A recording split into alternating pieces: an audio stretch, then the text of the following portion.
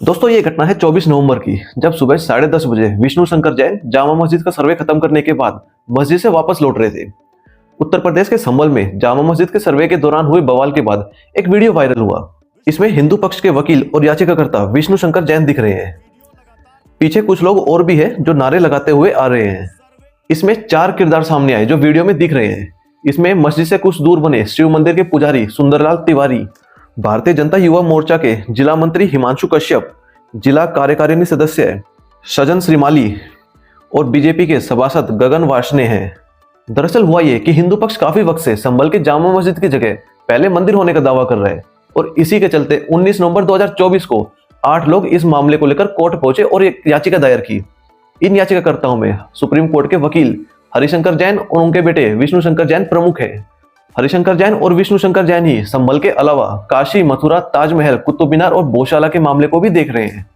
हिंदू पक्ष का दावा है कि ये जो मस्जिद है यहाँ पर पहले श्री हरिहर मंदिर हुआ करता था, जिसे बाबर ने 1529 में तुड़वाकर यहाँ मस्जिद बनवा दी। इसी के चलते हिंदू पक्ष ने संभल कोर्ट में एक याचिका लगाई। देखिए, ऐसा तो होता नहीं है कि कोई कुछ भी याचिका लगा दे और कोर्ट उस जगह के सर्वे का आदेश दे दे। ऐसे मामलों में सर्वे करवाने के लिए कुछ ठोस आधार की जरूरत होती है। इसलिए 95 पेजेस की इस याचिका में हिंदू पक्ष ने 2 किताब और एक रिपोर्ट को आधार बनाया है। इसमें बाबरनामा और आईने अकबरी किताब और एएसआई की 150 साल पुरानी एक रिपोर्ट शामिल है। इसी के चलते 19 नवंबर की सुबह कोर्ट में एक याचिका लगाई गई। उसी दिन दोपहर 1 बजे सुनवाई हुई और शाम 4 बजे एडवोकेट कमिश्नर रमेश चंद्र राघव ने सर्वे का आदेश दिया।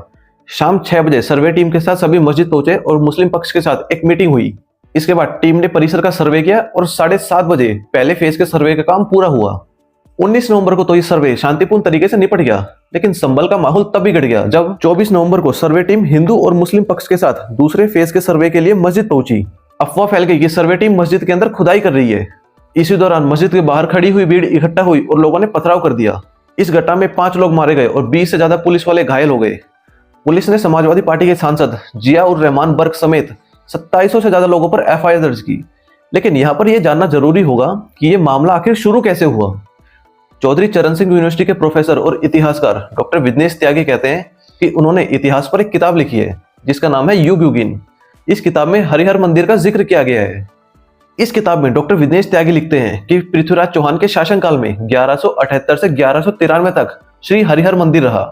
इसी दौरान पृथ्वीराज चौहान ने संभल को दूसरी राजधानी का दर्जा दिया था। उसी समय संभल में ये मंदिर बना। पृथ्वीराज चौहान की सेना का कैंप संभल के मोहला कोट में था जहां ये मंदिर था। किताब में यह भी लिखा है कि बाद में बाबर के शासनकाल में इस मंदिर को तोड़वाकर मस्जिद में कन्वर्ट कर दिया गया। जामा मस्जिद की जगह पर मंदिर होने का दावा करने और याचिका लगाने वालों में केला देवी मंदिर के महंत ऋषिराज गिरी भी है। महंत कहते हैं कि हरिहर मंदिर के लिए उनकी लड़ाई काफी सालों से चल रही है, बस समाज के सामने अब आई है। इसको लेकर अब वे कानूनी लड़ाई लड़ रहे हैं। महंत ऋषिराज गिरी आगे कहते हैं कि हमारे पास जो भी सबूत है हमने वो कोर्ट में जमा करा दिए हैं। जो भी फोटो और वीडियोग्राफी हुई है वो भी कोर्ट के सामने आगे पेश की जाएंगी। उन्होंने 19 नवंबर को गाजियाबाद जाकर विष्णु शंकर जैन से मुलाकात की। फिर वहां से 8 याचिकाकर्ता मंदिर के दावों को लेकर संभल कोर्ट गए। संभल के डीएम और एसपी ने दोनों पक्षों को समझाया और इसके बाद सर्वे किया। महंत ऋषिराज गिरी कहते हैं कि पूरे इलाके के लोग जानते हैं कि यहाँ पर पहले मंदिर था, ये हमारी आस्था का केंद्र है।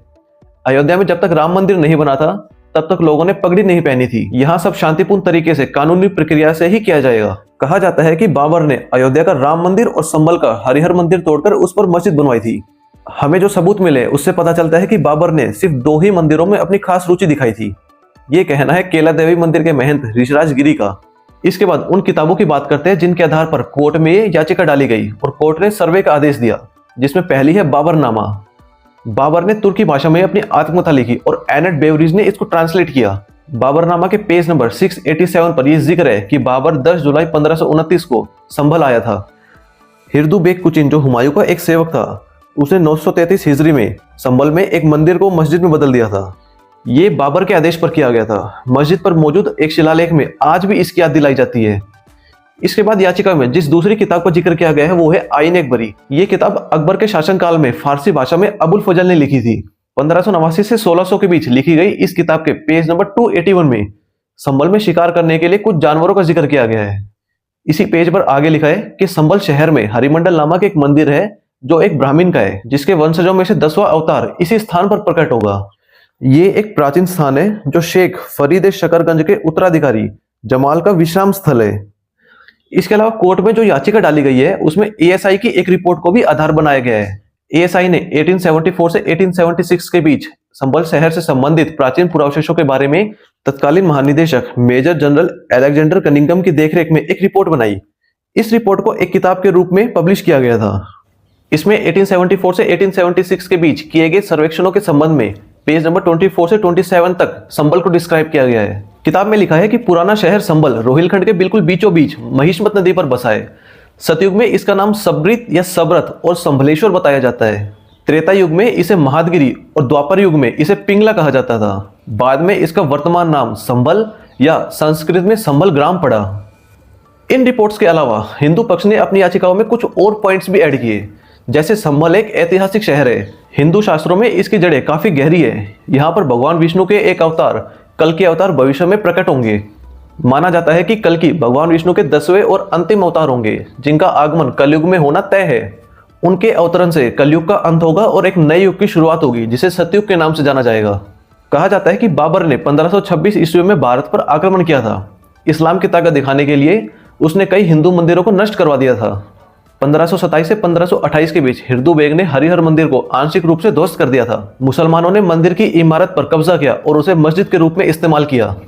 ये याचिकाकर्ता महंत ऋषिराज गिरी महाराज है। ये एक नक्शा दिखा रहे हैं। दावा किया जा रहा है कि नक्शे में जामा मस्जिद की जगह हरिहर मंदिर दिख रहा है। मंदिर के साथ 68 तीर्थ और 19 कूप भी है। इसके अलावा याचिका में हरिहर मंदिर, जो वर्तमान में जामा मस्जिद है, उसके आर्किटेक्चर को भी डिस्क्राइब किया गया है। वहीं दूसरी तरफ इस पूरे मामले पर जामा मस्जिद कमेटी के अध्यक्ष जफर अली कहते हैं कि 1529 में जामा मस्जिद एक खाली जगह पर बनाई गई थी। बाबर ने अपने सलाहकार को मस्जिद बनाने का आदेश दिया था।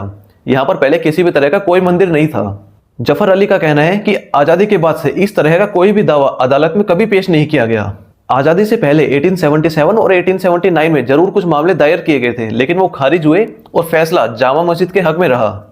हिंदू पक्ष के वकील श्री गोपाल शर्मा कहते हैं कि जिसे मस्जिद बताया जा रहा है उसके गेट पर ही एक प्राचीन कुआं है। कुछ वक्त पहले तक इस कुएं पर शादी समारोह के वक्त पूजा होती थी।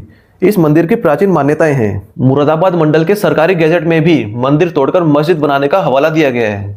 British archaeologist general Alexander Cunningham ने लिखा है कि संभल की जामा मस्जिद इब्राहिम लोदी के शासनकाल में 1517 से 1526 के बीच बनवाई गई थी।